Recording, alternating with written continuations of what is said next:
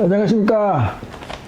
동네내과 김상목 원장의 강의 제목은 넷장으로 삽시다. 신바람 강의 제 126강을 시작하였습니다. 이제 이 불교 심리학 중에서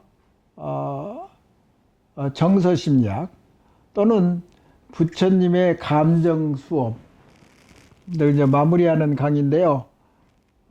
제일 마지막으로 이제 정신신경과 의사가 이제 우울증에 대해서 불교 심리학적으로 우울증을 어떻게 핸들링 하느냐, 그런 것에 대해서 이제 이야기를 했습니다. 근데 그분이 이야기한 것은 저도 내과 의사지만은 정신과를 조금, 어느 정도는 알고 있으니까 같은 의견이겠지만은, 또 어떤 경우는 이제 과거에도 신경심리학자랄지 정신 분석학자들이 동양의 불교에 대해서 그 철학이랄지 그런 상담의 유용성이랄지 그런 것은 좀 어느 정도는 좀 그럴 수도 있겠다 하면서 굉장히 흠모하는 그런 분들이 많이 있고 앞으로도 그럴 거예요. 그리고 그 불교에 대해서 과학적이고 합리적인 그런 방법으로 많이 헤쳐지고 있고 연구 대상이 되는 거고, 먼저도 이야기를 했지만 참선을 한다든가 명상을 함으로써 우리 몸에 어떻게 변화가 오느냐에 대해서 잠깐 이야기를 한 적이, 강의에서 이야기한 적이 있는데, 뭐 간단합니다.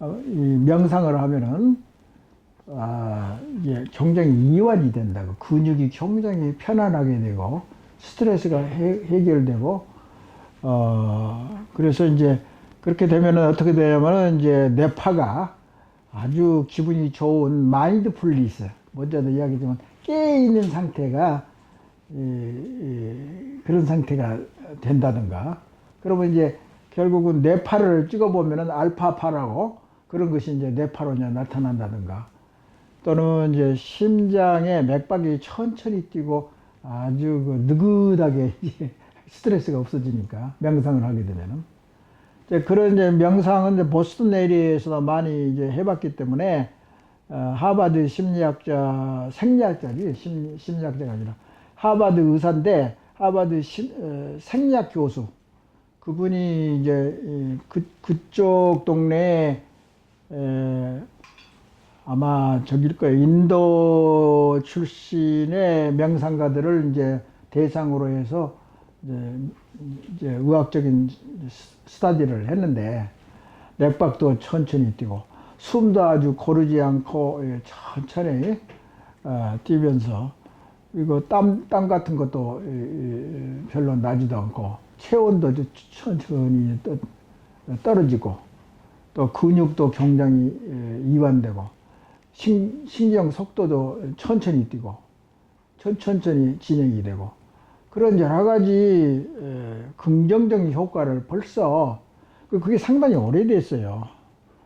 그게 뭐 4, 50년 전에 벌써 스터디를 시작했는데, 그 이후에 이제 수많은 이제 스터디가 많이 있었는데, 특히 일본에 이제 참선이 많이 있었는데, 일본 사람이 이제 그 승려들을 대상으로 해도 스터디도 많이 했었고, 그러니까 이제 그런 경우에 이제 차차차차 여기에 대한 연구가 더 많이 발전될 거라고 생각이 돼요. 그래서 이제 이 정신과 의사는 이제 우울증에 대해서 했는데, 우리나라 이제 뭐 코로나가 많이 있기 때문에 뭐 이게 만성 스트레스가라고 볼 수가 있습니다. 그 만성 스트레스에 있으면 맥박이 빨라지고 신경질도 더 나고, 이제 그리고 사회에서 그 별로 좋지 않는 사고들이 많나잖아요. 매스컴을 통해서 보면은 뭐 이상한 뭐 증상들이 사회에서 태폐적인 것도 많이 나오고 그럴 거예요. 그래서 이것을 어떻게 잘 헤쳐나가느냐, 그리고 이제 먼저도 이야기했지만 불교 신자도 많고 불교가 저기 특이한 점도 많고 유익한 점이 많기 때문에 우리를 잘 공부를 해서 보태게 이제 써 먹어야 될 겁니다. 그래서 마음을 챙긴다 그 말은 마음을 챙긴다. 근데 확실히 공부를 해보다니까 일본 원어로 보면은 마음 챙기는 건 사티라고 그런 말을 쓰더라고. 그러니까 모든 것이 그쪽에서부터 불교가 태동했기 때문에 그쪽 문화가 많이 가미가 됐고, 마음 챙기는 자기 연민이라는 것을 많이 이제 그런 말을 쓴다. 자기 연민이라는 것은 딴 사람을 연민한다는 것은 불쌍히 여기는 것보다도 안타깝게 생각하고 같이 동조를 해주고 서포팅 해주고 마음을 이제 소통을 해주고, 그런 사람들은 굉장히 외로운 정신과 질환을 앓고 있는 사람은 그런 치료를 많이 해주면 공감해주고 그러면 굉장히 효과가 좋습니다. 마약하는 사람도 마찬가지고 삐뚤어진 반사회적인 성격을 가진 사람도 마찬가지고, 차라리 그런 사람이 강아지를 키우면 말이죠. 강아지는 거짓말을 안 하잖아요. 그러니까 인간 사회는 거짓말을 많이 한단 말이야. 그러니까 이제 서양 사람이 됐든지 이제 한국에서도 이제 강아지도 많이 키우고, 강아지가 무슨 거짓말을 해. 스킨십 몰라요? 스킨십? 강아지가 스킨하면 얼마나 기분이 좋아. 그러니까 이제 마음 챙기고 자기 연민, 상대방을 위해서 연민도 하지만은 자기 자신 자존감을 어여삐 생각하고 북돋아주고 챙겨주고 그런 것이 이제 감사하는 마음이거든. 감사. 그러니까 자기가 자기를 감사하게 생각한단 말이야. 또 음미도 하고 자기 감사를 한단 말이야. 그러냐 불교적인 것도 영지적인 감사라는 말도 쓴다고요. 그것은 이제 어떤 진리에 대한 연결점이 그렇게 되어 있다고. 그게 연결되잖아요. 뇌의 세포는 뇌 세포가 서로 연결되어 시스템이 되어 있다고. 그러니까 여기서 무슨 일이 나면 이쪽으로 연결돼 가지고 강화가 된다고. 그 기억이 또 생생하게 되고. 그래서 NLP 거기에서도 강의에서도 그 개념을 또 이야기를 했잖아, 제가. 그런데 이제 여튼 자기 자신을 사랑하고 사랑할 뿐만 아니라 잘 챙겨주고 감사하게 생각하고, 그래서 또한 내부적인, 그러니까 외부적인 돈이나 비교해서 산업사회나 소비사회에서 외부 지향적인, 그러니까 매스컴이 하다 발전하고 그러니까 애들은 말이죠. 맨날 매스컴에 연예계에서 활동하는 애들을 또 이렇게 좋아해가지고 자기가 성장하면 그 연예인이 되고 싶은 직업을 선택한 사람이 엄청나게 많다고 그러잖아요. 그 외부의 영향에 의해서 자기 취향이나 지향점이 달라진다고. 그렇게 되면 어떻게 되느냐? 상대적으로 내적인 지향적인 그런 생각의 능력이 자꾸 퇴보를 하게 된다고. 뇌 세포가 그런 성질을 가지고 있어요. 그걸 어떻게 변명을 하고 바꿀 수가 있느냐 말이지.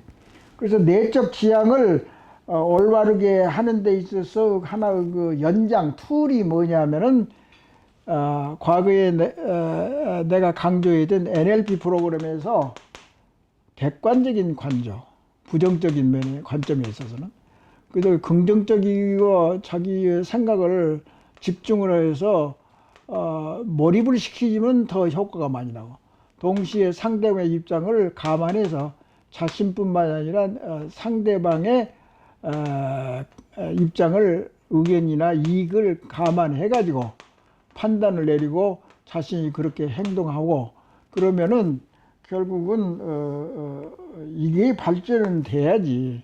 근데 현대 사회에서는 이게 자꾸 죽어간다고. 아까도 이야기했지만 어린애들이 연예계 그 직업만 좋아하니까 어떻게 상대방을 배려한다든가 또 이게 진짜 우리 인류가 문제점에 있는 것을 어떻게 해결하는 방법을 제시한다든가 또 못 사는 사람을 위해서 좋은 회사를 경영해가지고 경영해가지고 발명품을 만든다든가 발명품 하나만 우리나라 사람들은 100만 명을 먹여 살린다든가 그렇게 좋고 유익하고 노벨상이 없다고 하니까 맨날 그냥 그 한을 맺히고 그러면 저기 연구를 많이 해가지고 노벨상 하나 만들어줘 보든지 그런 내부 지향적인 그런 가치관을 가지고 지향점을 내부적으로 발전시켜야지 개인적으로나 사회적으로 성공할 수 있다. 그런 것을 다시 강조하는 거고 그래서 과거의 자아 자부심에서 강하고 참된 자아 자부심을 성공시키면은 찰나적인 공의나 무아 상태를 이룰 수도 있다. 왜냐하면 마음이라는 건 수시로 순간순간 변화하는 성질이 있기 때문에 그걸 있다 없다 그렇게 단적으로 이야기하기가 어렵다. 그렇게 이제 이야기를 하고 자존감 그 자체가 불성이다. 불성이라는 것은 성불을 한 거잖아요. 부처님 경지에 들어간 상태, 부처님이 된 거죠. 그러니까 대승불교, 특히 북방불교에서는 너도 해능 스님같이 아무 무식쟁이도 이 부처님이 될 수 있다 이 말이야. 그것을 해능 스님이 보여줬잖아요. 그러니까 이제 대승불교는 다행히도 누구나 마음속에는 부처님이 다 있다. 근데 그 부처님이 있는 것을 자꾸 외부에서 오염시키고 가려버리니까 그 욕심에 의해서 가려버리니까 무식하기도 하고 또 욕심도 많고 그러면은 그걸 가리니까 항상 불행하고 항상 불평이 많고 행복하지가 않는 거죠. 그러니까 이제 거기 이제 불교 치료에서 사상제 같은 거 고집밀도를 어떻게 핸들링 하느냐 번뇌를 없애고 팔정도를 어떻게 잘 발동시키느냐 그런 이제 개념을 알아야 하죠. 그래서 우울증에서는 요새는 뭐 우울증이 있으면 하도 좋은 저기 약이 많아서 일시적으로는 해요. 정신과 의사들 뭐 우울증 저기 뭐 일반 내과 의사도 우울증 가끔 처방을 하고 그러는데 우울증이라 하면은 마음을 알면은 우울증이 보인다고 그랬어요. 그러니까 무식하면 우울증이 뭔지 모르잖아요. 그리고 우울증이 2주 이상 지나면 일반적으로 우울증이라고 하는데 코로나 바이러스는 벌써 2주가 넘었잖아. 그러니까 우울증이 생길 만도 해요. 그런데 나는 그렇게 우울증에는 상당히 이게 상당히 골치 아픈 병이거든. 왜 그러냐면 자살도 할 줄도 우울증이 생기면 자살할 확률이 많아져요. 상당히 많아져요. 그래서 이제 우울증은 그리고 이해하는데 그거 마음을 열어주고 그러니까 이게 불자들이 마음을 열어주는 거 아니야. 자기가 자아 자부심도 마찬가지예요. 적어도 자기한테는 솔직해야 돼요. 그걸 변명을 하면 이제 삐뚤어져 가지고 제대로 참되고 강한 자부심이 생성이 안 된다고 벌써. 그러면 자기 스스로 하는 능력은 떨어지는 거죠. 그러니까 외부에서 충격을 하는데 자기 부모가 금수저가 태어나면 이제 한번 2대까지는 금수저로 살지 모르겠지만은 그런 것은 이제 강한 자아 자부심이고 참된 사람들은 생물학적인 유전자가 됐든지 문화의식의 유전자가 됐든지 자자손손 좋은 가문이 될 수가 있습니다. 우리가 가문사이라면 유기적으로만 꼭 양반이 돼야지 가문사가 되는 거 아니에요. 그리고 사회에 헌신하는 사회 자본가 또는 기업가들이 좋은 가문을 만들 수 있습니다. 그래서 항상 현재에 집중해야 하고 과거에 있었던 흠을 줄이는 방법이 뭔가. 그래서 자기의 현재의 활동력을 올려주는 거.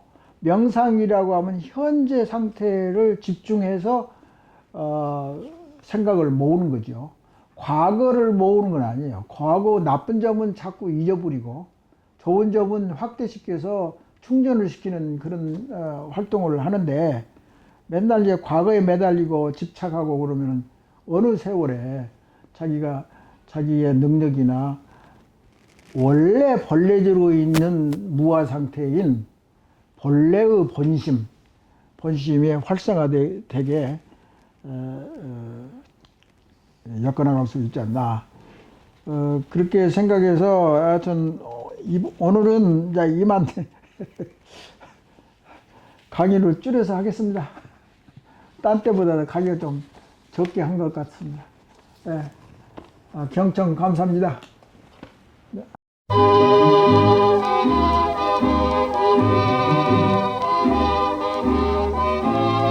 안녕하십니까. 동네내과 김상목의 신바람 강의 몇 장으로 삽시다. 제 58강을 시작하겠습니다.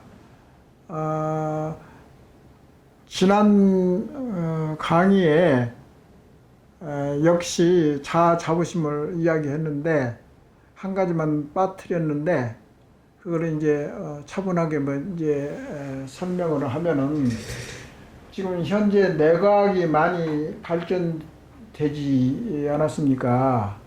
근데 지금 현재의 자아가 됐든지 스트레스가 됐든지 또는 인문학 이게 발전이 됐든지 이공계가 됐든지 간에, 그러니까 문화나 의식 또 기억, 특히 기억 유전자 또는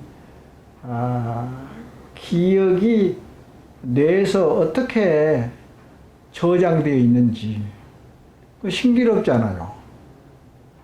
우리가 옛날에 생각했던 거, 행동했던 거, 모든 것이 우리 머릿속에 기억이 되어 있지 않습니까? 그러면 기억이 어떤 상태로서 기억이 되느냐? 그러니까 간단히 결론을 말하면은, 이 뇌 속에는, 대뇌 피질의 뇌 속에는 엄청나게 많은 신경세포가 있습니다. 신경세포. 세포라는 것은 원래 이렇게 우리가 보통 생각하면 이제 세포가 이렇게 있잖아요. 이제 세포가 이렇게 한 개가 있다고 하면은 여기 세포핵이 있습니다. 이런 것은 이 정도는 우리가 잘 알고 있잖아요. 뭐 초등학교 생물학에 이제 나오는 이제 그림인데, 세포가 하나가 있고, 우리는 이제 우리 몸은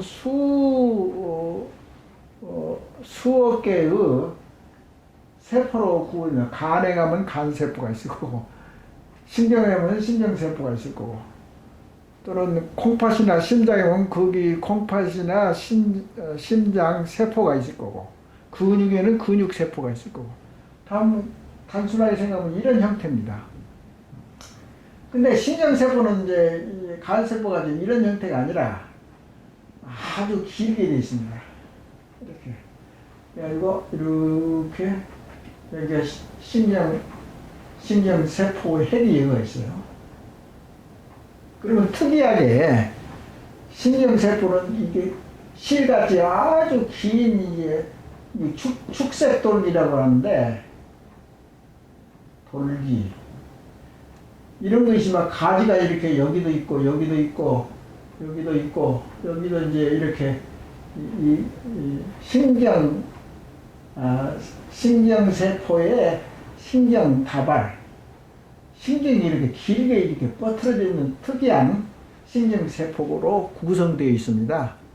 그래서 이것은 그러면은, 우리가 무슨 뭐 이미지를 보든가 생각을 하든가 행동을 할 때 항상 이 뇌 속의 전달은 이쪽에 있는 신경세포, 이것하고 여기도 이제 줄기가 이렇게 있지 않겠습니까? 근데 여기하고 여기에 만나는 그러니까 신경의 기억이 됐든지 간에 또는 뭐 전달, 의사를 한단 말입니다. 그 신호가 전달은 여기는 전기 신호가 이렇게 흐르고 이런 데도 마찬가지고. 그러면은 이런 신경세포의 간극, 이게 만나는 부분, 연결되어 있는데 이 부분이 시납스입니다. 시납스. 그러니까 신경세포의 돌기, 줄기, 신경다발, 이 서로 손을 뻗쳐가지고 이게 만나는 지점에서 이제 전기 현상이 이렇게 전달이 돼가지고 여기서 이온 채널을 형태로 해서 시납스를 거쳐서 다음 신경세포로 이렇게 신경이 전달이 됩니다. 그런 형식으로 되어 있어요. 이게. 그래서 그러면 시납스는 뭐냐? 여기인데 여기로 이걸 확대해서 보면은 이제 이렇게 생겼습니다. 이렇게 생기고 이렇게 다음에 이게 돌기가 이렇게. 그러니까 여기 신경세포 축색돌기의 제일 마지막 부분, 이 신경세포의 마지막 부분 이제 여기하고 연결이 되어 있습니다. 이렇게 여기에서 이제 신호가 왔다 갔다 합니다. 그러니까 이온 채널이라고 이제 상당히 깊게 들어가면 이게 상당히 복잡한데, 하여튼 이게 시납스입니다. 시납스. 그리고 여기 보면 이제 신경 전달 물질이 여기서 교환이 됩니다. 그리고 이온 채널이 이제 왔다 갔다 하고, 그래서 이게 이제 기억이 이제 뭐냐? 그러면 여기에 관여하는 단백질이 이렇게 두꺼워져 있습니다. 이 현상이 이게 기억이란 말이에요. 기억. 그리고 이제 자아에 대한 것도 여기에 들어가 있을 거란 말이야. 그러니까 우리 인간의 몸은, 우리 몸 자체가 기억이다. 우리 DNA가 제일 중요하니까. 그 나머지 부분은 전부 다 동물에서도 얼마든지 볼 수 있는 기관들인데, 뇌는 DNA 피질이 있기 때문에, 인간만 DNA 피질이 많이 발전됐기 때문에 인간만 이제 사고하는 능력, 그 외에 뭐 고급 감정 같은 것이 많이 작동할 수 있는 뇌의 구조가 이렇게 DNA 피질에 많이 되어 있기 때문에, 기억이 뭐냐? 여기에 있는 시납스에 이 단백질들이 많이 발전돼 가지고 두꺼워져 있고 크기가 좀 커져 있어요. 이 자체를 보고 우리 지금 뇌과학에서는 이게 기억이라고 생각하거든요. 이게 과거의 기억이 이렇게 발전해 가지고 두껍게 쌓여 있는 이 현상, 두꺼워지는 현상, 시납스가 두꺼워졌다고 그렇게 이야기를 하죠. 근데 그 아주 디테일한 것은 우리가 확실히 잘 모르죠, 아직도. 뇌과학이라는 것이 예를 들어서 많이 발전은 됐는데 그것을 우리 실생활에 적용하는 데는 아직도 시간이 많이 걸립니다. 예를 들어서 신문지상에서 무슨 암 같은 거 치료하는 뭐 센세이션을 한 그런 뭐 발견을 했다고 하는데, 동물 실험이나 또는 이제 문헌에서, 세계적인 문헌에서 발표가 되잖아요. 그러면 그것이 실생활에 이용할 때는 상당히 오래 걸립니다. 시간이. 그것과 마찬가지로 뇌과학에서 많이 이제 떠들어대고 굉장히 화제가 되고 세계적으로 상당히 인기가 있고 그러는데, 사실은 우리 자아를 발전시킨다든가 또는 우리의 기억이나 문화, 기억 문화, 정신 문화를 발전시키는 데는 적용하고, 또 어린애들 교육을 그런 뇌과학에서 말하는 그런 프로그램을 해서 가르치면은 어느 정도는 효과가 있는 것도 같고 없는 것도 같고, 근데 확실치 않아요, 아직. 그러니까 다시 말하면은 뇌과학이 많이 발전돼서도 실생활 우리에 적용하는 데는 시간이 많이 걸린다. 그러니까 뭐 4차 산업에서 뭐 직업이 많이 뭐 없어진다고, 그것이 아마 뭐 5년 내지 10년 늦으면은 뭐 10년, 20년 후에 조금 이제 나타나기 시작하겠지만은 그렇게 인간 사회에서 내각이나 4차 산업혁명에 의해서 급작스럽게 많이 변하는 것은 그렇게 시간을 두고 봐야지 지금 뭐 그렇다고 해서 그 흥분하고 그 예상을 하고 좌절할 필요는 없습니다. 인간이라는 것은 자꾸 내가 자꾸 변하는 가소성, 그러니까 변할 수 있다, 변화시킬 수 있다. 이런 것도 변화시킬 수 있는 거거든요. 뇌의 성질이 변화시킬 수 있기 때문에 우리가 정신적으로 이제 반성을 한다든가 탐구를 한다든가 그렇게 도를 닦으면은 인간의 생각도 변화할 수 있다고 이제 뇌과학에서 그렇게 판단하고 있습니다. 그렇기 때문에 얼마든지 우리가 의식 수준을 높일 수 있는 그런 길이, 그러니까 단서를 이제 뇌과학이 이제 열어주는 거죠. 그렇기 때문에 앞으로도 계속 어렵다. 버릇을 고친다면 어렵다. 말은 맞기는 맞는데 잘 하면은 버릇도 고칠 수 있다. 쉽게 고칠 수 있느냐 없느냐. 새로운 것을 빨리 받아들이고 옛날 것을 빨리 버리고 자꾸 변화를, 예를 들어서 일생생활에서 변화를 10번 한 것 해가지고 성공하는 것하고 한 번 변화해가지고 하는 것은 누가 더 빨리 발전할 것 같아요? 당연하게 자꾸 변할 수 있는, 내의에 변할 수 있는 능력, 가소성이 높기 때문에 그것을 자꾸 연마를 하면은 결국은 빨리 우리가 정신적인 압축 성장도 가능하다. 그런 논리입니다. 그러니까 그것을 다시 또 강조하는 거고요. 그래서 시납스 그건 그 자체가 개인적인 자아이며 개인적인 기억 장치다. 그리고 거기에서 변화가 일어나고 깨달았고 그러면은 이제 변화 속에서 깨달으면 그게 스스로 발전하는 내부 동기가 부여되는 거죠. 공부하는 것도 애들이 다 깨우쳐서 스스로 해야지 공부지, 외운다고 해서 암기하고 결과만 가지고 판단해 가지고 그것을 이제 점수를 매기고 해서 그런 것은 의미가 별로 없어진다. 특히 4차 산업혁명 시대에서는 더더욱 그렇다. 그것을 다시 강조를 하는 바입니다. 그런데 이번 강의가 사실은 제58강 스트레스 조절입니다. 먼저 강의에서도 이야기했지만은 자부심이 높으면 스트레스를 덜 느껴요. 스트레스를 덜 느끼면은 자부심도 올라가고. 그러니까 이제 이런 수사도 많죠. 예를 들어서 내 가까운 예를 들면은 이제 간호사들이 있잖아요. 간호사들이 이제 중환자실이나 응급실이나 또는 그렇게 아픈 환자들을 돌보려면 상당히 정신을 바짝 차리고 정말 책임감이 있게 최선을 다하는 이제 간호사들이 있는데 정말 스트레스가 많죠. 그렇게 하려고 하면은. 스트레스가 이제 그런 그런 분야에 있는 간호사들은 굉장히 이제 정신을 바짝 차리고 항상 이제 깨어 있는 상태에서 최선을 다해서 일을 하는데 그게 너무나 지쳐보면은 스트레스가 너무나 오랫동안 가게 되면 이게 휴식이 없이 계속 그런 생활을 한다면 이게 처진다고, 사람이. 처진단 말은 뭐냐면 고갈된단 말이죠. 그 에너지가 고갈된다 그 말은 자부심 그 능력이 떨어지는 거라고요.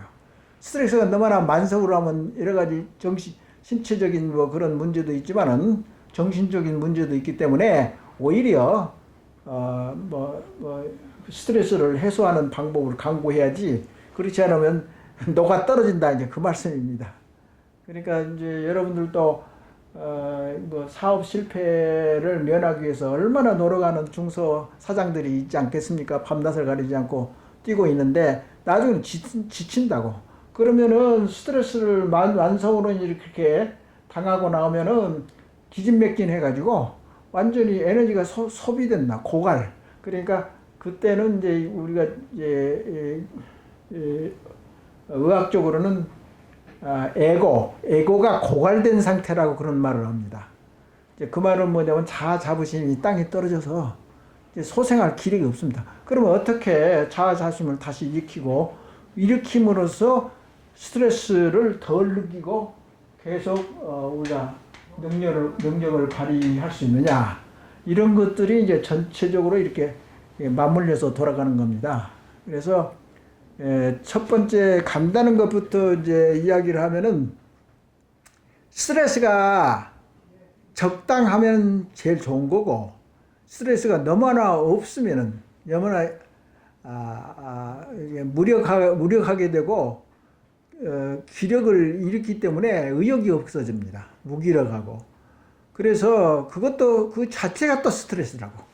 무기력하는 그 상태가 건태롭기 때문에 기지개를 펴고 이제 자극을 줘야지 다시 또 일어나서 일을 하는 거지, 기진맥진해서 다 고갈되고, 영어로 할 때는 이제 번아웃이라고 그 말 아니요? 다 타서 제가 되는 거. 그러니까 활활 타다가 에너지가 그럼 이제 소멸이 되는 거죠. 그게 이제 기진맥진이 가지고 녹아 떨어진 거죠. 그런 상태에서는 어떻게 해서 자아 자부심이나 스트레스 그 감각을 다시 되찾느냐, 그게 결국은 맞물려서 돌아가는 그런 이제 개념이라고 생각이 됩니다. 그래서 제일 간다는 것부터 이제 말씀드리면은, 스트레스가 신체에 이제 있는 건 너무나 과도하다든가, 스트레스가 너무나 과도하다든가, 또는 스트레스가 너무나 장기간 계속 지속되면 병이 걸립니다. 간단히 말해서.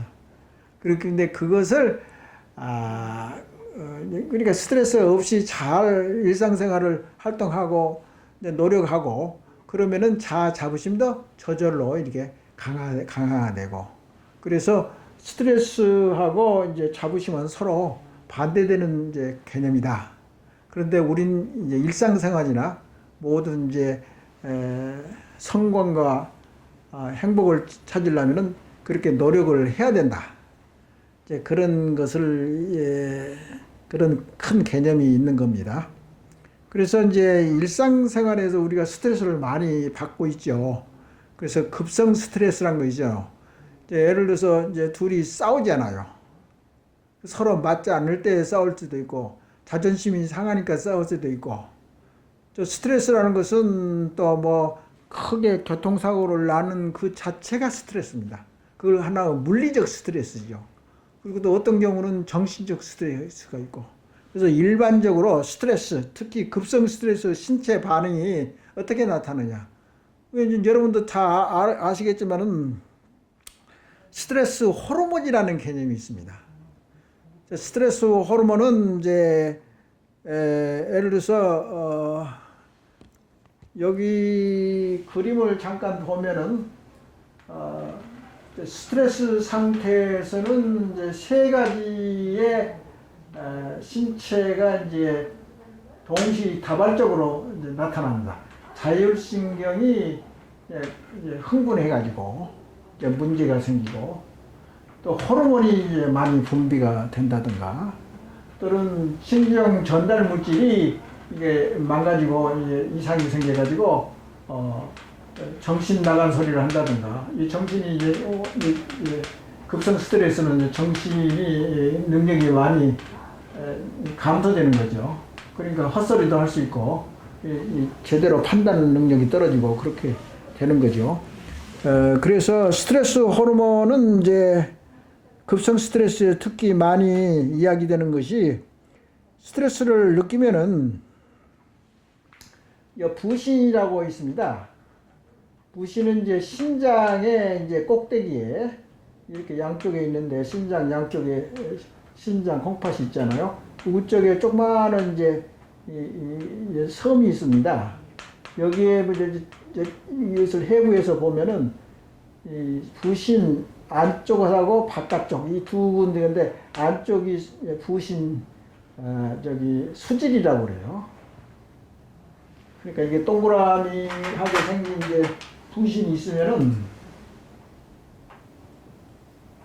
이 아래는 수질이고 여기는 피질이다. 각각 양쪽에서 다 이제 호르몬이 스트레스 상태에서는 엄청나게 많은 스트레스 호르몬이 생산됩니다. 분비가 바로 돼요. 그래서 그 부신 중간에 있는 부신 수질에서 에피네프린 또는 아드레날린이라는 호르몬이 엄청나게 막 나오죠. 그때는 이제 얼굴이 우락부락 빨갛고 말이죠. 화가 나고 이제 예를 들어서 그러면 핏대가 쓰고 이게 얼굴이 빨갛게 되는 거 그런 것들이 전부 다 급성 스트레스 호르몬에 의해서 에피네프린이나 아드레날린이 많이 부신 수질에서 생산되기 때문에 그렇습니다. 특히 만성은 몰라도 특히 급성 스트레스에서는 그렇게 되고 왜 이런 현상이 일어나냐면은 인간은 진화된 동물이라고 그랬잖아요. 다른 일반 동물도 마찬가지겠지만은 원시 시대의 원시인들, 우리 조상들은 뭐 열매를 따먹는다가 또는 무슨 뭐 동물을 채취하다든가 서로 싸워가지고 먹이를 구하기 위해서 수렵 생활을 엄청나게 오랫동안 했습니다. 그 수렵 사회에서 몸이 이제 그게 이제 적응이 돼 가지고 그렇게 많이 급성 스트레스를 느끼는 신체 반응이 항상 나타납니다. 우리 인간의 몸에. 그것은 그렇게 진화되어 있기 때문이죠. 맹수하고 싸워서 우리가 인간이 이겨야 될 거지 않습니까? 살기 위해서는. 그러면서 이제 그 몸의 크기에 적합하게 진화를 한 건데, 이제 그런 것에서부터서 이제 몸이 이제 발달을 해가지고 맹수와 싸워서 이기는 힘을 진화시키기 위해서 그렇게 호르몬이 많이 분비가 됩니다. 그 싸우는 이제 호르몬들이죠. 그럴 때는 이제 몸의 신체의 변화가 생겨가지고 모두 이제 도망갈 건가. 그러니까 맹수하고 만나가지고 정면 대결할 거니까 회피하고 도망갈 건가. 그것을 판단을 한다고 이제 인간이. 이제 그것을 이제 이렇게 생각하는 이제 스타일로 이제 또 진화가 되고. 그래서 도망가는 사람들은 이제 뭐 큰 문제가 없이 스트레스를 그때도 이제 도망갈 때도 스트레스가 많이 호르몬이 많이 생산되지만 정면 대결했을 때도 결국은 호르몬이 많이 생기는데 그 이유는 도망가든지 싸우든지 모든 힘의 원천은 근육에 있습니다. 그래서 근육에 포도당과 산소를 많이 공급하기 위해서 그런 거기에 말맞는 신체 반응이 나타납니다. 그래서 모든 이제 근육에 산소와 포도당을 많이 공급하기 위해서 근육에 피를 많이 보내고 그다음에 심장 박동하고 혈관이 이제 그쪽 근육으로 많이 갈 수 있도록 그렇게 노력을 하죠. 그래서 반면에 그런 상황에서 소화기 계통은 필요 없잖아요.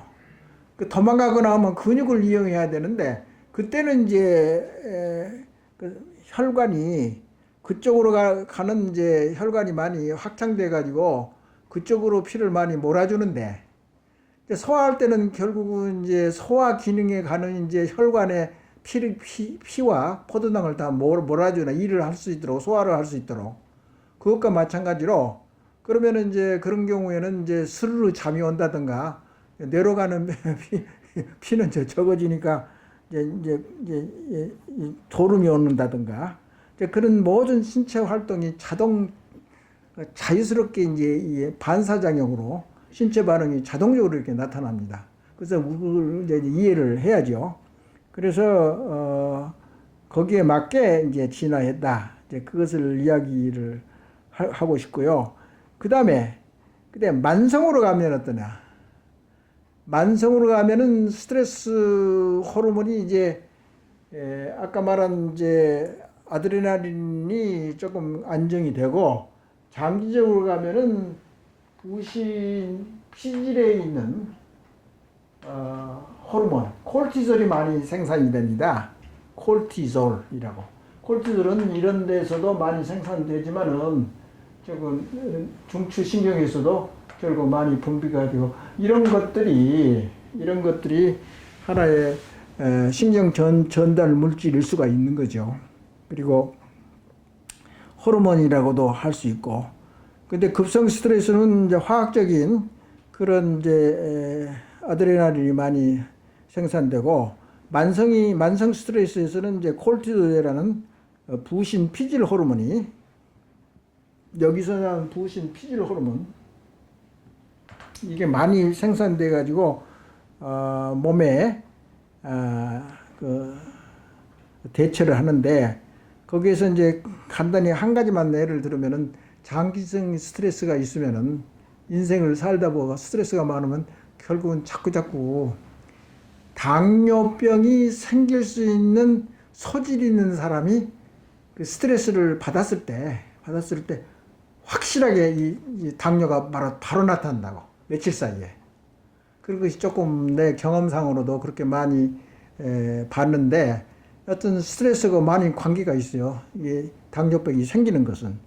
그러니까 포텐셜이 있는, 잠재력이 있는 당뇨병 환자가, 유전적인 소질에 의해서 당뇨병 환자가 어떤 외부적인 스트레스, 그 만성 스트레스에 의해서 당뇨병이 진짜 유발된다고.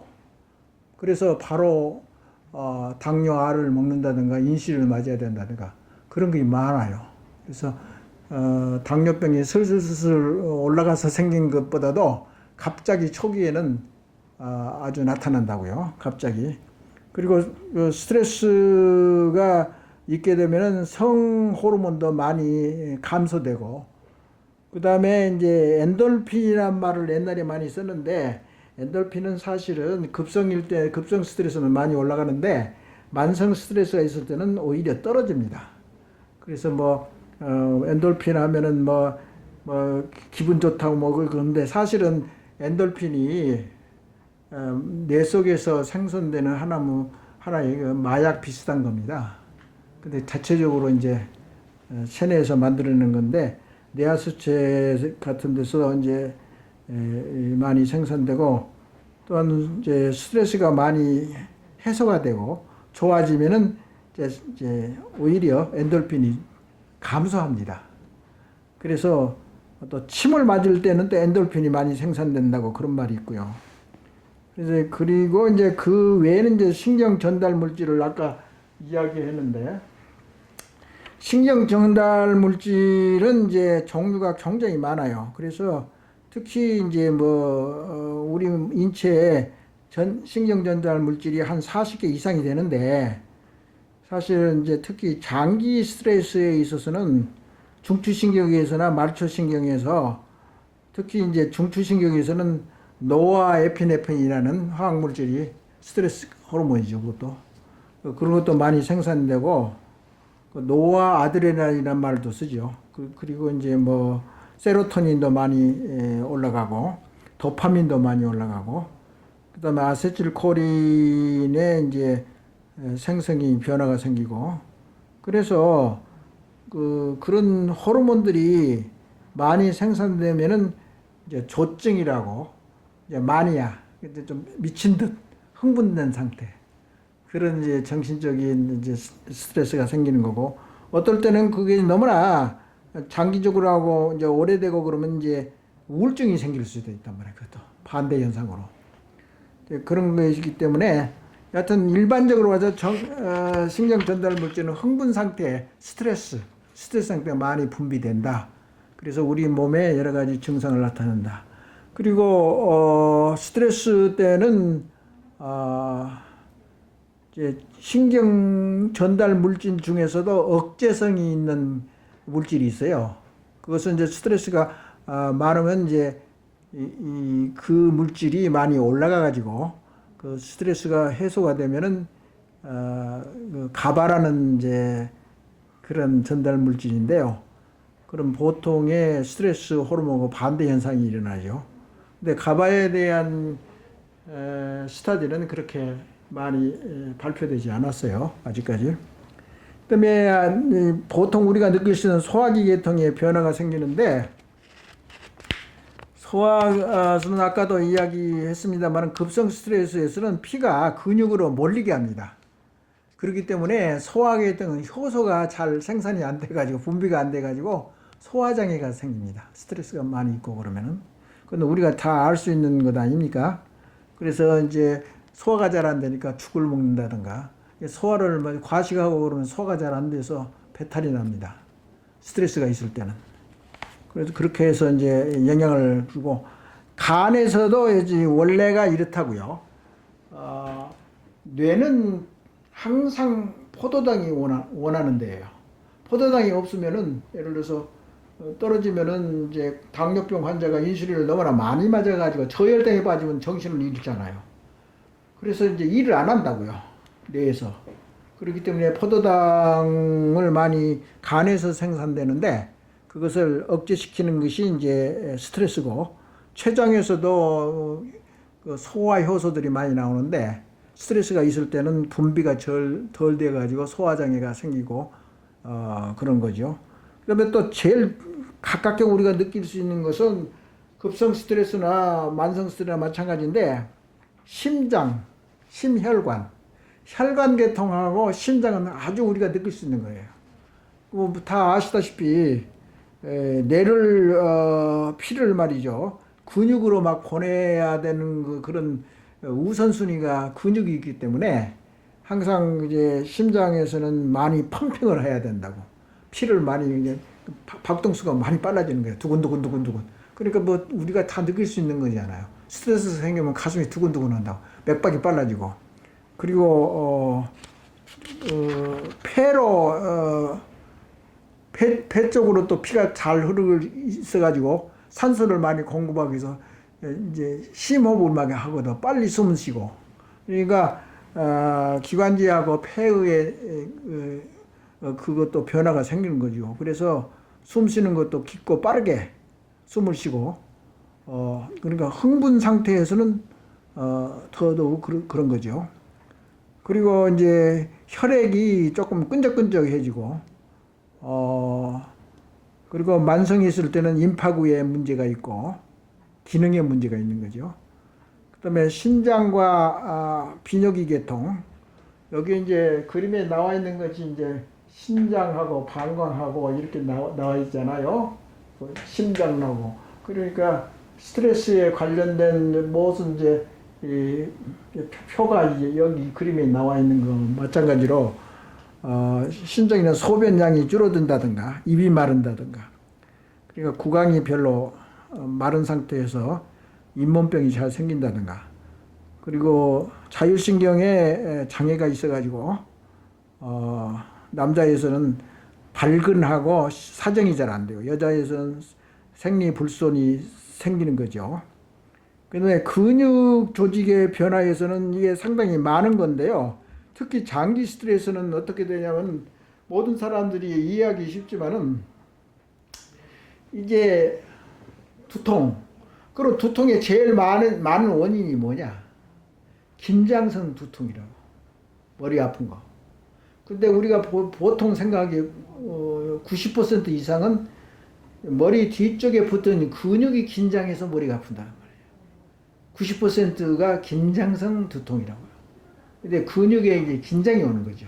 근데 그 근육이 이런 팔다리의 근육에 긴장이 오는 것은 뭐 둘째 치고라도 그건 움직이니까 움직이지 않는 근육이 뭐가 있어요? 머리 뒤하고 목하고 그 다음에 이 등짝 있는 데하고 어깨하고 또 허리하고 거기는 별로 안 움직이거든.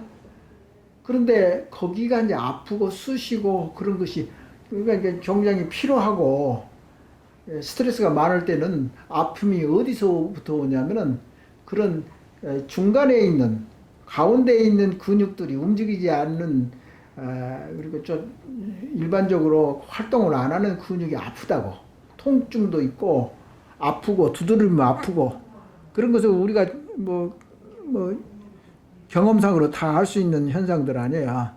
그러니까 뭐 침을 맞는다든가 뭐 물리치료를 한다든가 약을 먹는다든가 그렇게 되겠죠. 그 다음에 또 제일 중요한 것들은 뭐냐면 면역 조직이 파괴가 됩니다. 면역이라는 것은 뭐냐면 외부에서 세균이나 바이러스 같은 거, 암 같은 것이 들어온 것을 막아주는 것이 임파 시스템이거든요. 그래서 임파선이랄지 그리고 임파계통에 이제 임파구 능력이 떨어진다든가, 또 임파구의 일종인 자연 살인 세포라는 것이 있습니다. 내추럴 킬러셀이라고. 그것은 면역이 아주 중요하거든. 외부에서 그 이물질이 들어오면 다 잡아먹는 것이 이제 거대 세포 또는 이제 자살 세포, 자살 세포라고 하죠. 그런 것이 능력이 많이 떨어진단 말이에요. 스트레스는. 그래서 구강에 염증이 생긴다든가 건조증이 생긴다든가 탈모증이 생긴다든가 하여튼 스트레스에 만성적으로 하면은 그렇게 많은 병인을 나타납니다. 그 다음에 감각계통에서도 문제가 있습니다. 청력이 이게 급성되는 말이죠. 청력을 소리를 잘 듣는단 말이죠. 그 외부에서 동물들이 외부에서 쳐들어오면 귀를 쫑긋 하는 것은 뭐냐면은 잘 들으려고 합니다. 그게 사람도 마찬가지입니다. 외부에서 뭐 침입자가 들어온다면 귀를 쫑긋 하면 더 잘 들리거든. 그런 현상이죠. 그리고 이제 눈에서 들어오는 거 이미지를 더 확실하게 하기 위해서 동공이 커진다고. 자연적으로 그렇게 된다고. 그게 신체의 반응인데, 그렇게 되면은 이제 더 잘 볼 수 있게 동공이 커진단 말이에요. 그것은 전부 다 자율신경에 의해서 변화가 생겨서 그 2차적으로 동공이 커지고 더 잘 보이게 하기 위해서 위기, 맹수와 싸우는데 위기를 돌파하기 위해서 자동적으로 그렇게 진화된 겁니다. 그래서 그런 것을 알 수가 있고, 각성이 많이 되고 정신이 바짝 차려지고 그런 것은 다 스트레스 반응입니다. 그 다음에 장기적으로 가면 오히려 그런 능력이 떨어져요. 그렇기 때문에 예를 들어서 뭐 차 사고를 잘 낸다든가 실수를 한다든가 안전사고에 문제가 생긴다든가 나 깜빡하는 사이에 잊어버렸다든가 그렇게 정신 능력이 많이 떨어집니다. 스트레스가 많을 때는. 그러니까 먼저도 이야기했지만 그림에서 보면 변형계 감정이 너무나 세고 부정적이면은 이 우쪽에 있는 대뇌피들이 일을 안 해요. 그 사고도 더 안전사고 우리나라 많죠. 안전사고가 많은 이유는 뭐예요? 정신을 차려야 되는데 정신은 왜 못 차리냐? 결국 스트레스가 많은 사회, 우리 사회, 맨날 싸움만 하는 우리 사회이기 때문에 빨리빨리도 있고 피의식도 많고 그렇게 자꾸 비셔스 사이클이라고 그래요. 죄송합니다. 영어로 해서. 악순환이 되는 것이 이런 학문의 이치입니다. 그래서 이걸 다 이해를 하고 그래야지 각자 조심하고 좋은 사회가 이루어지지 않겠습니까? 그러니까 그 자체가 이제 수준이 높은 거죠. 예를 들어서. 그리고 수명이 단축된단 말이죠. 아까도 이야기가 이제 암이 많이 발생, 바이러스. 예를 들어서 다 아시겠지만 겨울에 자꾸 감기 들면 나 면역이 떨어졌나? 그렇게 다 이야기 하잖아요. 그건 맞습니다. 몸이 안 좋을 때 스트레스가 많이 있을 때는 몸 자체에서 림파계뿐만 아니라 모든 시스템이 이게 외부에서 들어오는 물질에 싸워서 이기는 능력이 떨어집니다. 그래서 자꾸 감기 걸린다고 그렇게 이야기를 하는 거죠. 그리고 다시 한번 이야기했지만은 극복 스트레스라는 말을 쓰고 있어요. 극복. 스트레스가 생겼을 때 그것을 극복하려고 하면은 또 스트레스가 또 생긴단 말이죠. 예? 그러니까 이제 간단히 예를 들면은 불면증이 있는데 그것을 고치려고 애를 쓰고 그런데 잠이 더 안 온단 말이죠. 그러면은 그 기존에 있는 스트레스에다가 그것을 극복하려고 극복하려고 하는데 또 스트레스가 또 플러스 되니까 잠이 더 안 온단 말씀이에요. 그러니까 그것을 이제 신경이나 스트레스 학문에서 그것을 얼마든지 설명할 수 있는 거죠. 저는 그런 애들이 많습니다. 아주. 스트레스가 일상생활을 하는데 상식적으로 알고 있으면은 많이 도움이 되죠. 그 다음에 또 말씀 올리고 싶은 것은 스트레스가 많은 상태에서는 정신력이 감퇴됩니다. 그러니까 그게 문제라고. 근데 우리나라 사회에서도 그게 계속 일어나고 있는 것 같아요. 그렇기 때문에 자아 자부심이 굉장히 약화되어 있어요.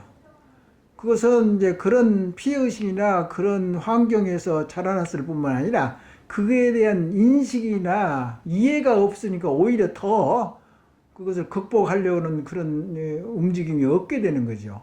그러니까 항상 그게 그거죠. 그러니까 그런 것들이 중요하다고 이제 생각을 되고 오늘은 이제 조금 장황하게 스트레스에 의해서 몸이 어떻게 반응이 나타나는지 거기에 대해서 이야기했는데 다음 강의에는 스트레스도 종류가 좀 있어요. 간단히 이제 시간이 지났지만은 간단히 이야기하면 왜 옛날에 우리가 노이로제라는 것은 내 생각에는 일본 말이었을 거예요. 옛날에는 노이로제. 근데 노이로제가 어디 나라 말인지는 모르겠는데 이 그 증상 중에서 스트레스 증상 중에서 노이로제라는 것은 이제 우리 말로 다시 또 한문이겠지만은 바꾸면은 신경증 이란 말을 많이 쓰죠. 요새는 노이로제라는 말 별로 안 씁니다. 신경증, 신경이 이제 많이 이제 불안해진다고 하고. 그 두 번째 그 카테고리는 심신증. 심하고 신체에 나타나는 병. 그러니까 그것을 영어로 하면 사이코소매틱 디소더라고 그렇게 딱 나와 있어요. 그러니까 두 갈래로 이제 이 증상이 있고, 그래서 이제 노이로제나 신경증, 그게 대표적인 것은 화를 내는 거, 노엽다든가, 화를 불고 내든가, 분노하다든가, 이제 그런 계통이 이제 속하고요. 그 다음에 사이코소마틱, 심신증이라는 그런 카테고리는 이제 위궤양이 생긴다든가, 속이 쓰려서 죽든가, 스트레스가 많을 느껴가지고, 그런 것을 다음 강의에 하도록 하고, 이번 강의는 이걸로 마치겠습니다. 감사합니다.